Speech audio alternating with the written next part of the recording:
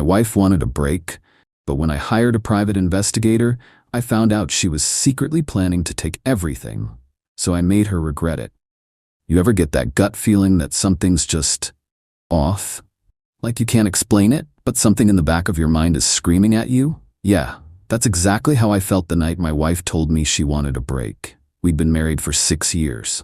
Things were fine, or at least I thought they were. No major fights, no I hate you moments, just the usual stuff married people deal with. Then out of nowhere, while we're eating dinner, she puts down her fork and says, "I think we need a break." Just like that. No warning, no build-up, just drops it on me like she's telling me we're out of milk. I just stared at her. A break? We're married. That's not a thing married people do. So I asked her why, and she hit me with this whole speech about needing space and figuring herself out. Kept saying she didn't know what she wanted anymore, that she needed time to think. And look, I'm not some clueless idiot. When someone says they need space, it usually means they've already got one foot out the door. So I asked her straight up if there was someone else, and man, she got defensive fast. Said I was being paranoid, that I was ruining a serious conversation by accusing her of cheating. That right there? That's when my stomach dropped. And then she said something that made me realize this wasn't just about space. She told me she still wanted to stay in the house while we were on this so-called break. Said she wasn't ready to fully separate yet. She still wanted to use our joint bank account, drive the car I paid for, sleep in our bed. That's when I knew. This wasn't just some midlife crisis.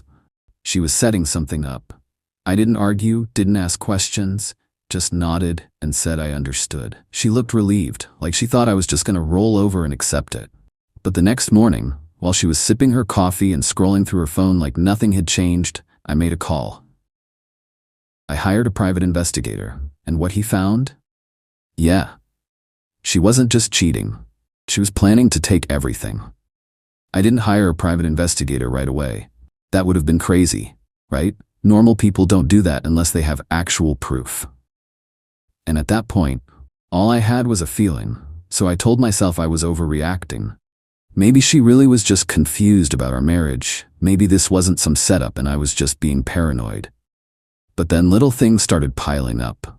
The first thing I noticed, she stopped wearing her wedding ring. Not in a dramatic, I'm done with this marriage kind of way, just casual, like she forgot. But she never forgot. She was the kind of person who freaked out if she left the house without earrings. So I asked her about it, and she shrugged it off. Said she just wasn't in the right headspace to wear it. Weird, but not proof of anything. Then one night, I walked into the room while she was on her phone, and she jumped like I'd caught her robbing a bank. Screen down, back straight, eyes wide. I played dumb and asked who she was talking to. She forced a laugh and said, "Just a friend." But I noticed something. She was texting, not calling. And if it was just a friend, why did she turn off her phone the second I walked in? Again, weird. But still not proof. The real red flag? Money started disappearing. I checked our joint account and I saw small withdrawals. $100 here, $200 there. Not enough to set off alarms, but enough that I noticed. So I asked her. She acted surprised, said she must have been spending more than usual, that she'd be more careful. But she wasn't. A week later I checked again and another $500 was gone. I checked our credit card statements and found charges at restaurants I'd never been to, bars I didn't recognize, even a hotel 2 towns over. That one hit me hard. I just stared at it for a while, my stomach twisting. I wanted to believe there was some explanation. Maybe she went out with friends and didn't tell me. Maybe there was a work event. Or maybe she was exactly who I was starting to think she was. That's when I finally admitted it to myself. She wasn't planning a break. She was planning her escape.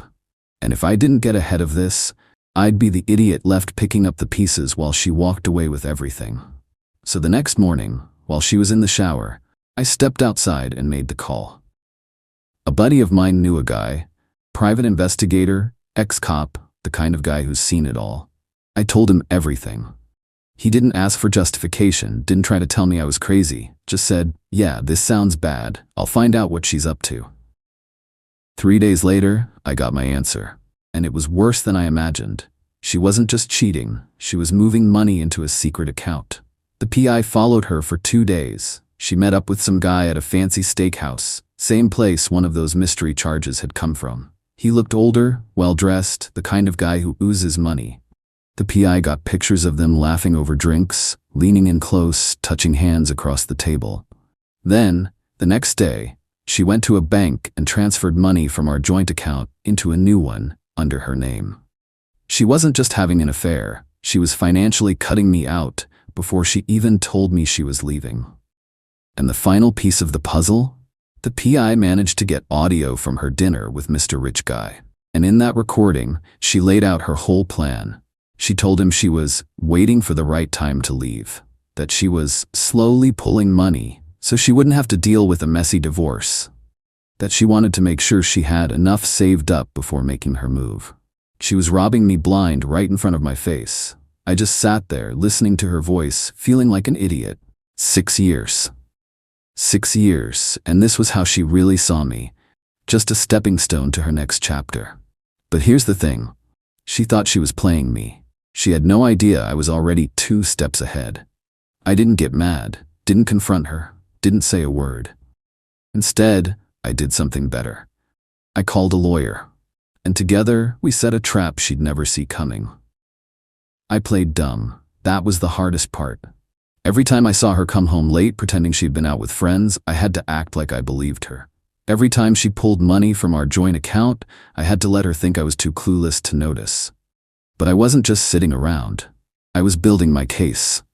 After finding out about the secret account and the divorce lawyer she had hired, I knew she was planning something bigger than just leaving me. She wanted everything. The house, our savings, maybe even spousal support. She was setting me up to look like the bad guy so she could clean me out. So instead of confronting her, I did something better. I started protecting myself. First, I quietly separated my finances. I opened a new bank account in my name only and had my paychecks deposited there instead. I didn't empty our joint account because that would have tipped her off. Instead, I let her keep draining it, knowing that every transaction was leaving a trail. Then, I locked down my business. I had my lawyer review everything, my assets, my accounts, even my company's ownership structure, to make sure she couldn't touch it. The good news?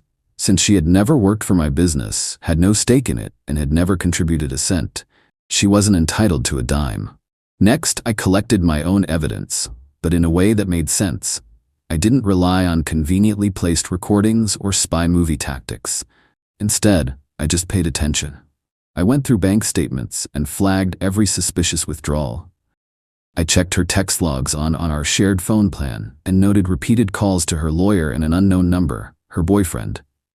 I watched her behavior. How she always left the room to take calls. How she was suddenly secretive with her laptop. How she avoided making long-term plans with me. And then I caught the final piece of the puzzle. One night, she left her laptop open while she was in the shower. I don't make a habit of snooping, but after everything, I had to look. And what I found? It was worse than I imagined. There were emails between her and her lawyer. In them, she was building a case against me. She was framing herself as a neglected wife, telling her lawyer she felt trapped in an unloving marriage, and that I was emotionally distant. She even said she was worried about my anger issues and wanted to protect herself in case things turned ugly. I sat there, staring at the screen, feeling my stomach drop. This wasn't just about money. She was laying the groundwork to paint me as a bad husband, maybe even an abuser, to strengthen her case in court. If I had confronted her then, it would have been her word against mine. So I didn't say anything. Instead, I let her make the first move. A week later, she finally pulled the trigger. She came home one evening with papers in her hand, looking so damn pleased with herself. She told me she had decided that we should move forward with the divorce and that she hoped we could keep things civil. Civil.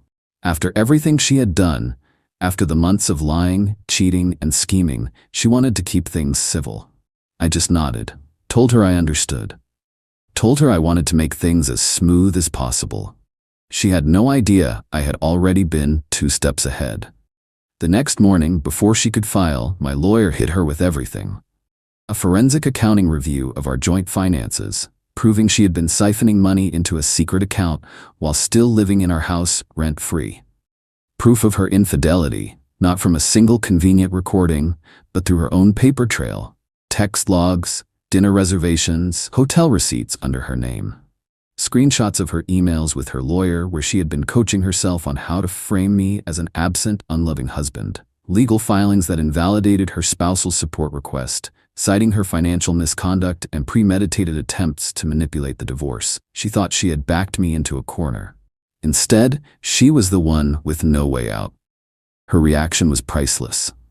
She stormed into the house later that day, waving the documents around like she could somehow undo them by screaming loud enough. "What the hell is this?" she shrieked. "You went behind my back?"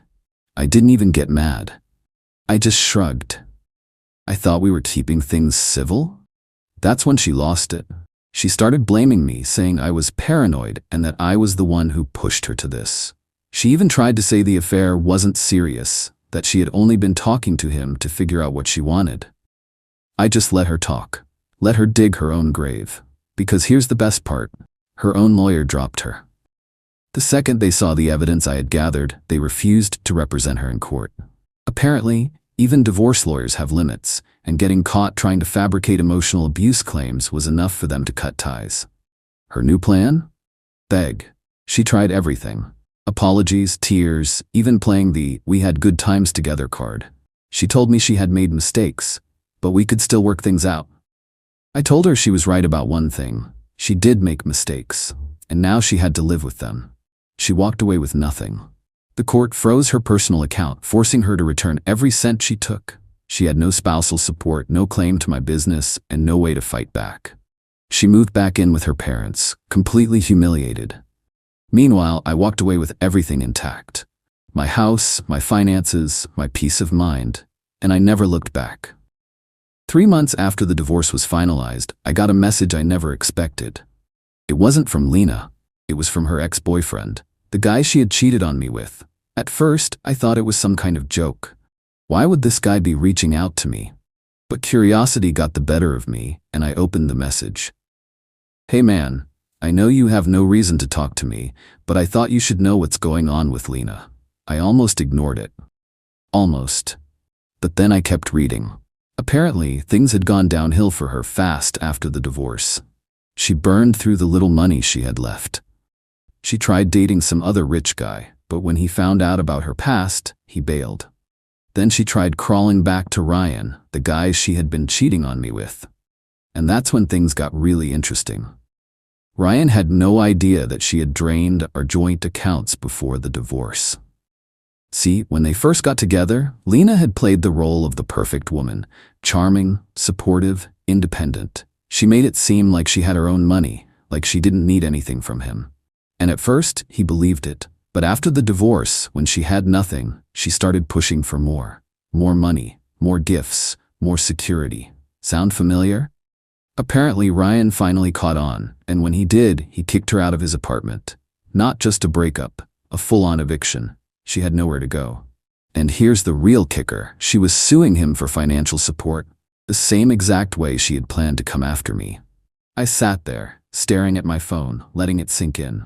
The woman who had once tried to destroy me was now pulling the same scam on someone else.